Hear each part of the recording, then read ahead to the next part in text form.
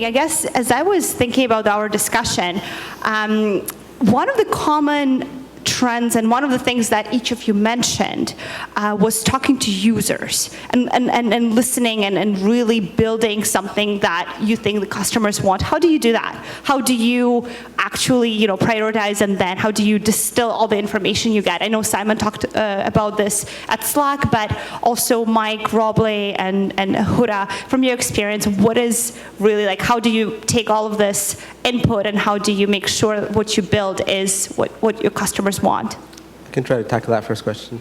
One good way that we found that you're able to find out what your customers want is by focusing on the opposite, so asking them what they don't want. And we stress that a lot, and we actually try to get at what users really hate. And what we're working on is an iOS keyboard for iOS 8. You're able to install third-party keyboards. And so that opened up a new market. Keyboards are something that a lot of people use. And there's certain things that we love about the keyboard and certain things that we all hate about the keyboard. And so we figured out what are those things that people hate and then started tackling them and figuring out what are we able to solve. There's certain limitations around what Apple allows you to do. And that's how we figured out what to focus on. And so we focused on hate and love. So we took those things that they hate and tried to turn it into things that they love. Sure, yeah. I think it's super easy when you're running user interviews, you're interacting with users via email, what have you, to try to document everything your users want. Every time someone proposes a feature, to open up a Google Doc and just take an algorithmic approach, I suppose, to feature requests. And I've certainly been guilty of that in the past. Nowadays, we tend to use such a simple heuristic. We just listen, and the human brain's a pretty incredible thing. When you hear the same thing over and over again, something in your brain kind of goes, you know what? There's a pattern here. I've heard people ask for that in the past, and that's when we go nowadays, and that's when we write down a particular feature request.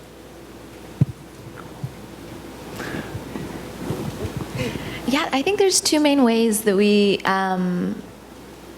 know what customers are thinking. One is through inbound messages from them. We get a lot of feedback all the time, and it's really great to see so many clients who are so passionate about where they want to see our product. And then there's what we do is outbound reach for any usability tests that we want to do. And we found that to be really good and really efficient, actually. A lot of people think it's a huge time sink, but we usually do 5 to 7, which is your regular quick and dirty usability testing. And it takes 20 minutes each, and the insights that you get from that are way more than something that you would get just sitting by yourself and your team. So we just do that continuously and all the time in every one of our projects, and it's been great. Yeah, I don't know. This is turned on. I left it on because I thought it was cool. The usability testing I think is really important. I mean, we're probably all pro users here, and we look at products a certain way. And it's always fascinating when you put non-pro users in front of your product, how you've missed obvious things. But when stuff comes in, at least for me, I've found that one of the things that makes it a lot easier to parse that user feedback is if you are a user of your product yourself. That simplifies everything, because you can be kind of the ultimate decider. You can check with yourself whether or not it's something that you think makes sense. It gets really tricky when you're building products like OpenCal that you are not the end user of yourself. So it's sort of something to look for when you're parsing user feedback, but just something to look for when you're building your product. It really helps to be doing something that you would want to use yourself. Yeah, that's a really great point. It's really easy for it to become really abstract. Yeah. So using your product, it makes it non-abstract, if you can. Yeah. But I guess if you're, for those building products, again, for users and categories that you can't necessarily relate to, what is the trick then? So if you're building something that you're not a user of, and perhaps you're not in the target audience, how do you really put yourself in their shoes? Any tricks, or really just? I mean, I thought that point of asking them what they don't want is really interesting. I kind of wish I'd heard that before starting OpenCal. That would have definitely sped things up there. But I think you should probably ask them what they want as well. And I think when you do that, take the time again to think it through and really think about the questions that you're asking. And there's something, I think it's IDEO had this thing of like the 5 whys, and every time you ask a question, like keep digging one step further and just continue asking why, and eventually you'll get to the root of it, and that may be a very different place there where that first answer sort of landed you. Interesting. So just like keep wondering, like don't accept the first answer they gave you, just like continue. Yeah, so like interrogate them, if you will. Yeah, maybe put a bright light and. Cool. No, that is fun. I mean, that's, I guess many of us have just to continue doing that. I guess given each of you has had really interesting year, like a lot has happened, so like both on the products that you've been working on, any personal takeaways from just like looking back at the year and like how your product has grown, and things that maybe mistakes you've made that you don't want to make anymore, like things you've learned that you're now just really want to make sure you have those insights as you go forward. I'll go first again. Mike touched on this earlier when he was talking about building collaboratively. For this product that we're working on, this is kind of the first real collaborative product, and it's built for community by community. And we've got them really involved from the beginning, whether it's online or in real life at meetups like Toronto UX. We went there and we ran a workshop before we even, it was actually in our first week. And then we went on Reddit and we got a lot of great feedback. We used Product Hunt actually as a place to get feedback. And so we continued to do that, and then we even experimented with Kickstarter. It's not the place that you usually think about when you're launching an app. Usually you go there for hardware products. And we experimented with that, and we got a lot of feedback, and then that kind of opened it opened our eyes up to this different way of building products. Because when you get backers, they're essentially mini investors that just put in $1 or $5, but they want the same type of stuff that a regular investor wants, and they become a part of your team. So building with them has been really helpful. We actually even created a Slack channel for some of our hardcore beta testers, so we're able to just talk to them regularly. And so I think that's kind of the biggest lesson for me, like building with your community is something that I asked myself, why didn't I do this before? And it's probably something we're going to do from now on until we stop making products.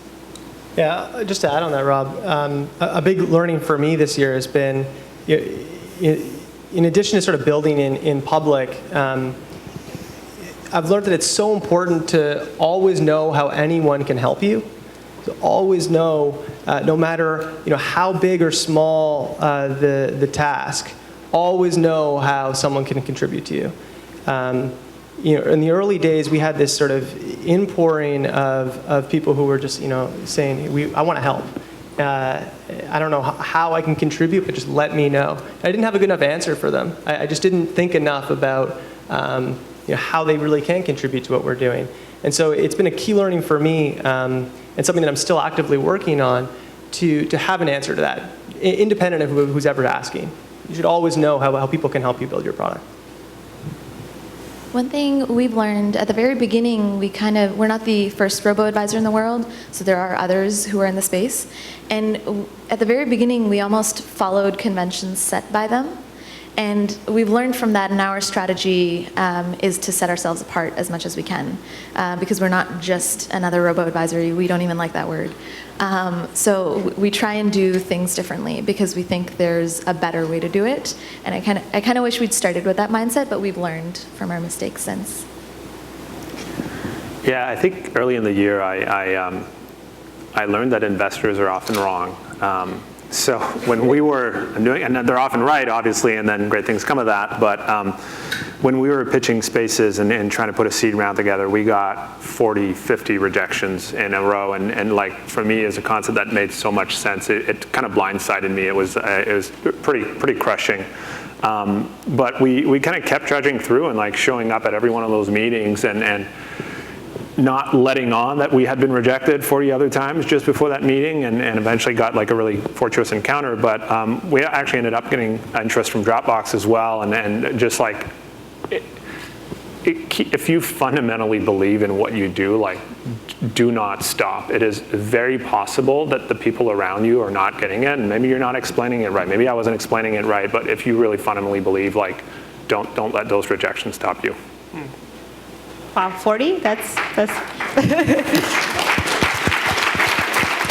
Yeah, no, it tests your mettle for sure. Yeah, and it's like nothing on those people, obviously, right? And then it might have been that this could have not been an independent company, and it was the right decision for their particular firm. I think had they known that they could have had a little chunk of slack, they probably would have made a different decision. But hindsight, obviously, is 2020. But obviously, all of that work and right place, right time, things worked out, and then things worked out, right? And then, yeah, those relationships are, obviously still very good ones. So.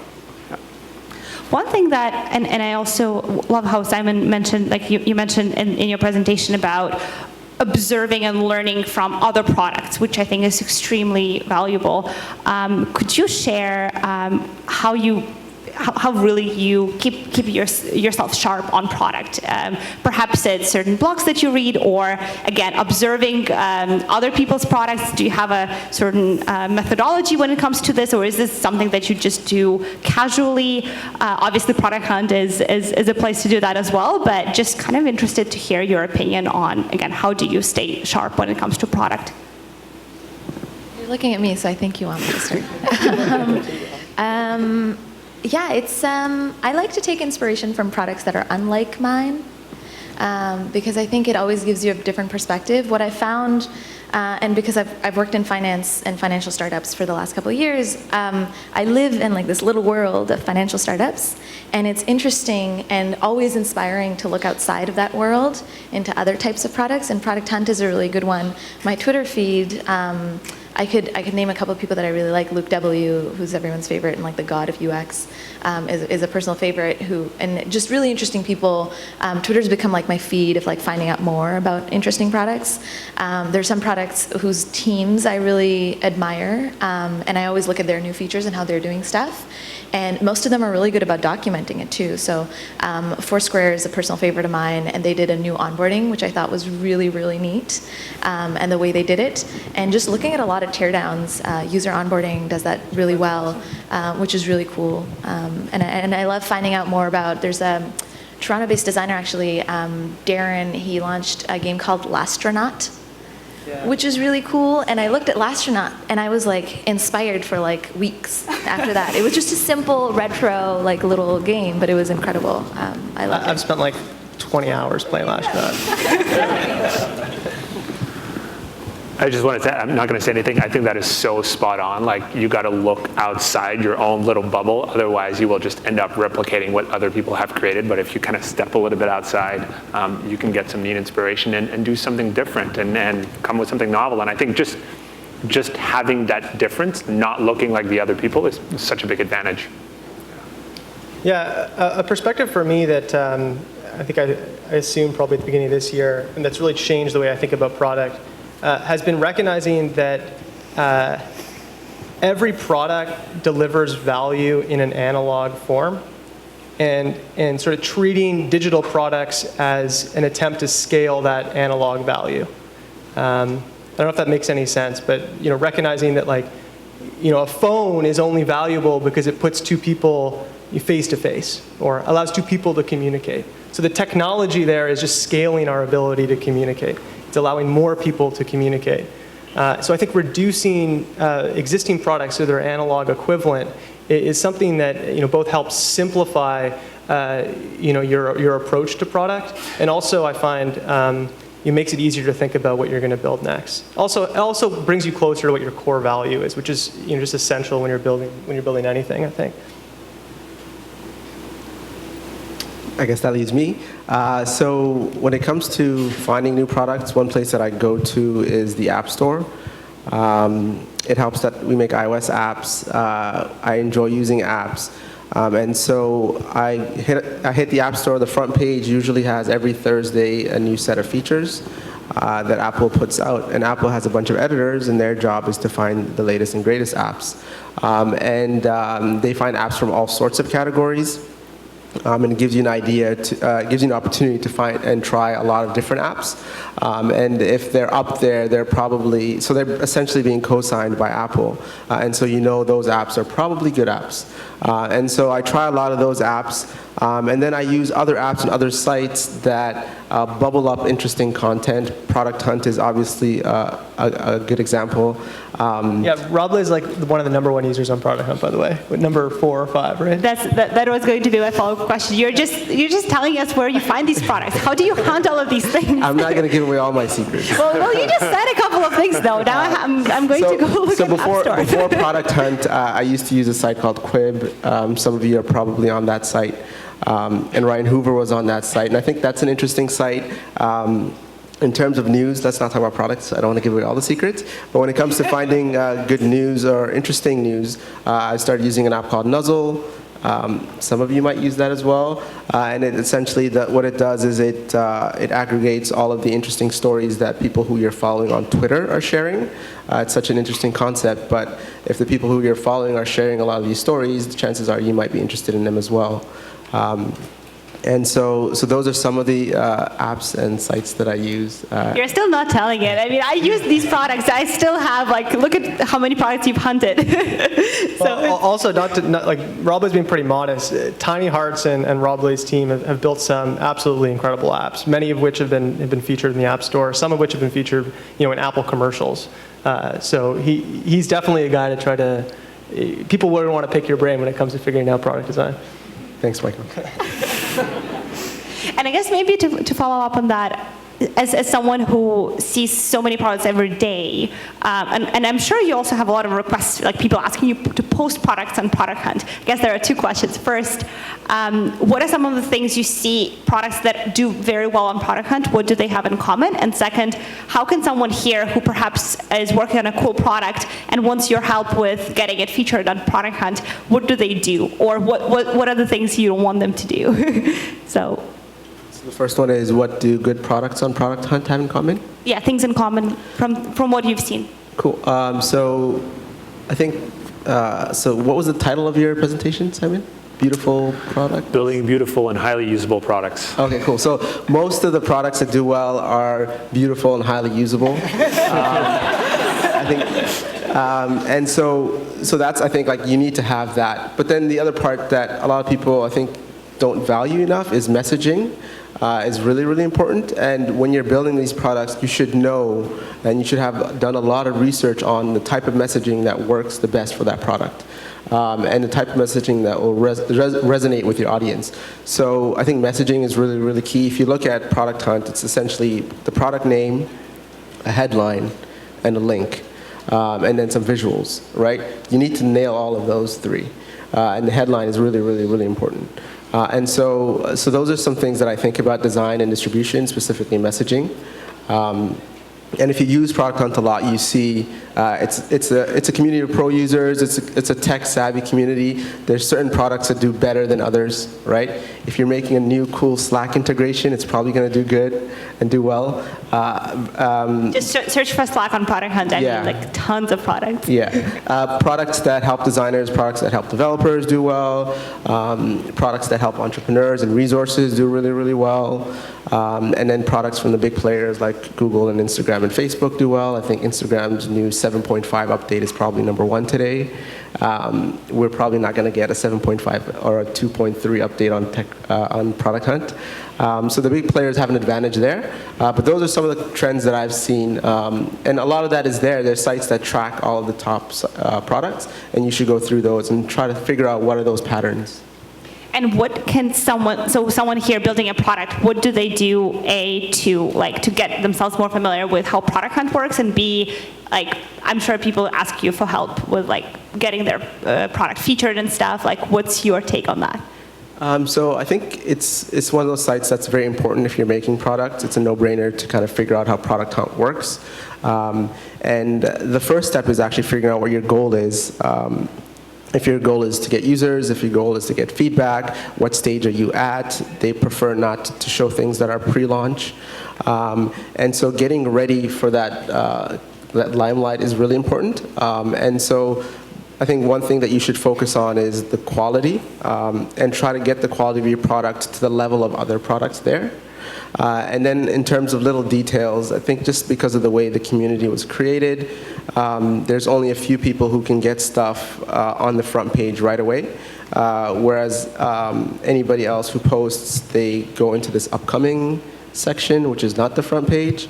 And so you probably want to be strategic about that. You want to get involved in the community. You want to talk to people, leave comments, and figure out who those people are that can get products to the front page, and try to find somebody who is like you and might like your product, or has liked or posted similar products, and reach out to them so you don't waste your one chance. Well, that's useful. Well, again, I'm pretty sure we got a lot of those kind of messages after this event. And we're running a little bit short on time, but there is one question that we ask at every Product Hunt event, and it's something that Simon mentioned, and Simon, that is something that each of you, I'm sure you have an opinion on. Could you share your favorite product? And it cannot be something you're working on, so please. Favorite product developed, designed by someone else, and why? So that is the question I'm sure you've heard many times, but really interested to hear your thoughts. So I really like this product called IA Writer from Information Architects, and it's just basically a blank page with a monospace font, and you can type into it, and it does some really clever little sort of inline markdown formatting, and I use that for a lot of my sort of personal writing, and it's just so brilliantly simple. I have an endless amount of love for that product. Dude, nice Slack song. Thank you. I'm just going to look at my ego head, Rob, because I got to look at my home screen. I'm not actually sure what my favorite product is right now. I said a couple already, obviously Slack and Nuzzle. Besides those, there's this game that I came across that you guys might like. It's called Wrestle Jump. It's a very simple two-player game. We use it to de-stress at the office. You are a one-legged luchador, and your partner is a one-legged luchador, and you just have one button, and you have to try and knock the other guy over and get him on his head. But I think that just shows like just doing one simple thing really, really well resonates. And that person, whoever made that game, he nailed that game mechanic. And then if you look at his portfolio of apps, it's that exact same mechanic. So it's really cool. It's called Wrestle Jump. New games to download.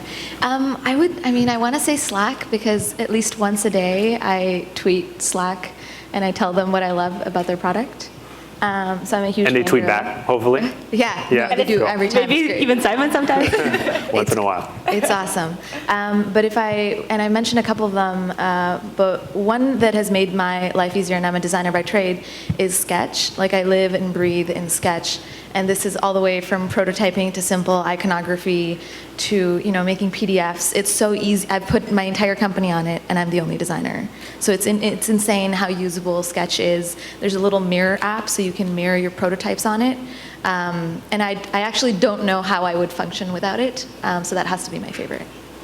The thing that blows my mind with Sketch is like it's a 5 or 6 person team, and they're like destroying Photoshop. Yeah, Yeah, Incredible. It's so Really incredible, and it's so incredible. fast. Like, Photoshop would crash my computer multiple times a day, and Sketch, I can have unlimited artboards, which is incredible.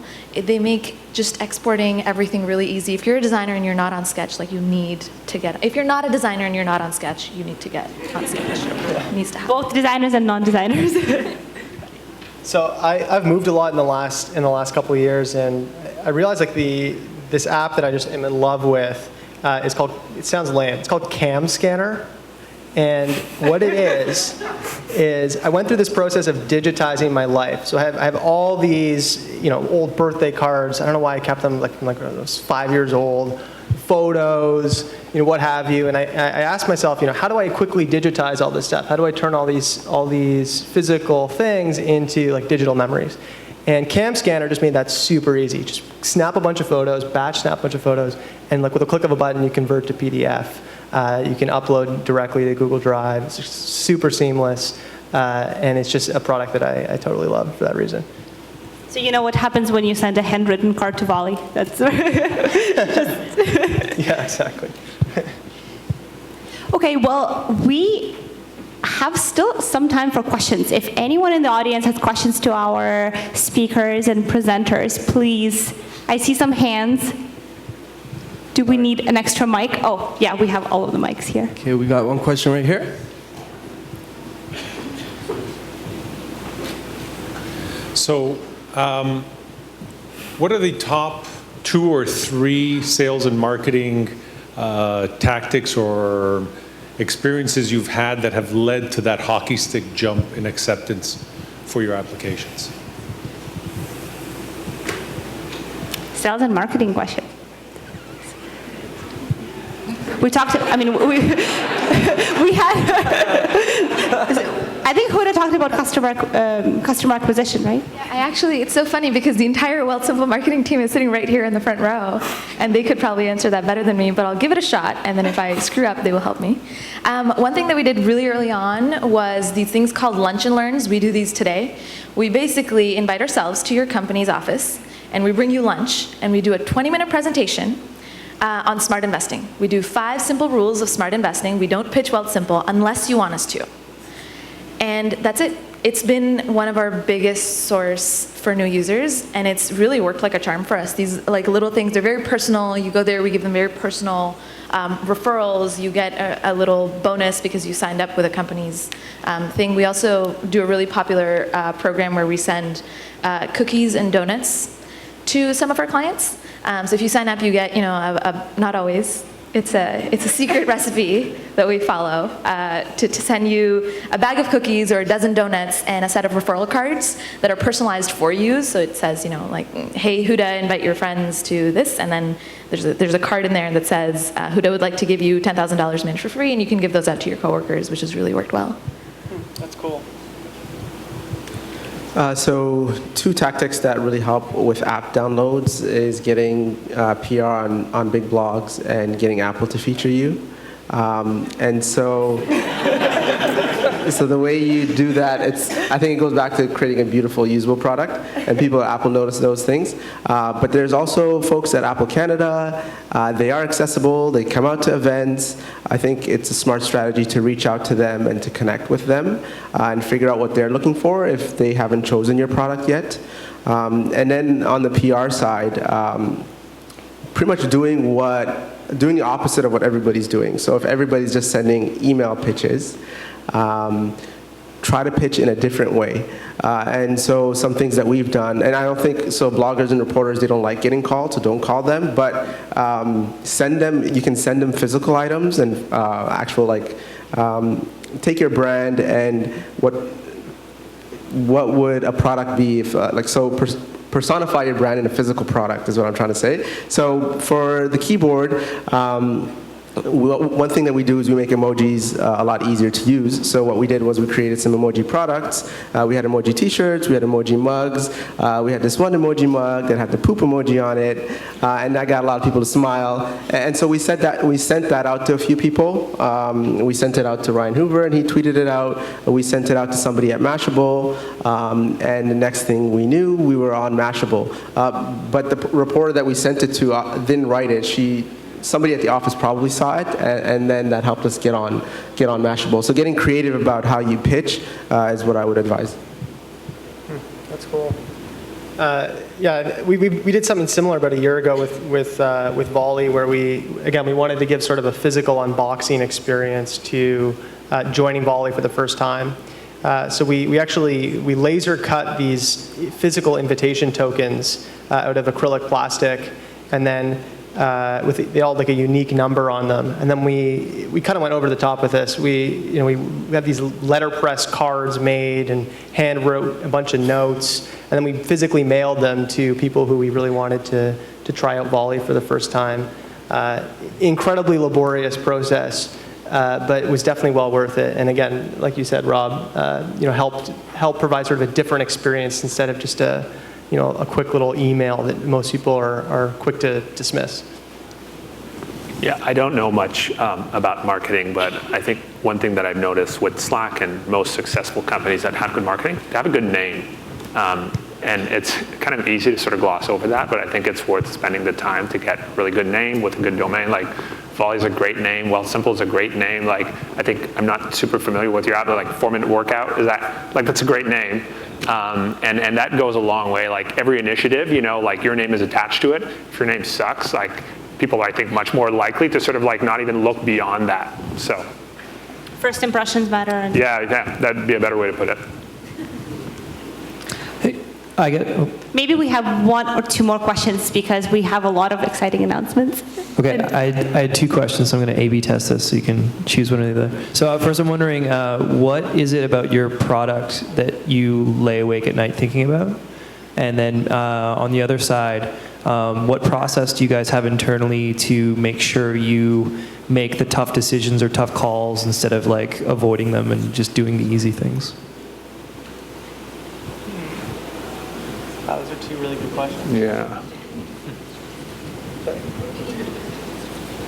Is that A/B test one where, are you going to decide who gets which, or can we pick? Okay. So first question was, what keeps you awake at night? So for us on Volley right now, we've got more and more people asking for help with more and more niche problems. So what keeps me up at night is we have to figure out a more intelligent way of distributing these requests to relevant people. And we've got a bunch of really cool ideas and a bunch of ways that in the coming weeks that we're going to be trying to solve that problem. But that's certainly a good problem to have, and one that right now is definitely keeping me up at night. Yeah, the thing that's kept me up at night previously is and now I'm in good hands with Slack because I think they've nailed it, but was the thing that I was building really worthwhile? Like, does this make sense, or was I deluding myself? And I think that part of sort of having that keep you up at night is actually pretty healthy. Like, it can lead to a lot of good insight and sort of being your own toughest critic there and re-asking that question of what you're doing all the time, even though it can be kind of nerve-wracking, is I think, a really positive thing when it comes to the actual outcome of what you're building.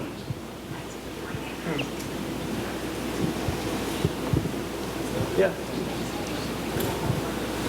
So for me, what's keeping me up at night is the launch. So we're launching our next keyboard next week, finally. It's time to launch. Whenever you run into somebody, they ask you, when are you launching? So for us, we're finally launching next week. And when you're launching on the App Store, I think your V1 needs to be super, super polished.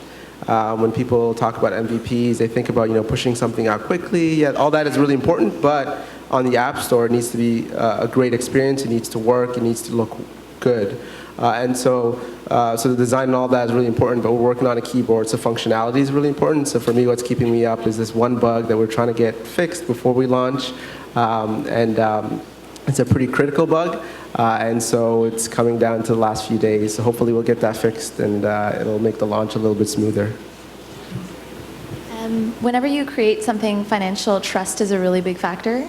I actually lose sleep over anything that we could do to break our clients' trust. Data inaccuracy plays a really big part. What if I am showing inaccurate data in the app for somebody? That would be the worst. And it's a challenge that we have to overcome as a financial services company, the trust challenge, because Canadians really trust their banks a lot. They've been around for hundreds of years, and we're not even a year old. So that's definitely.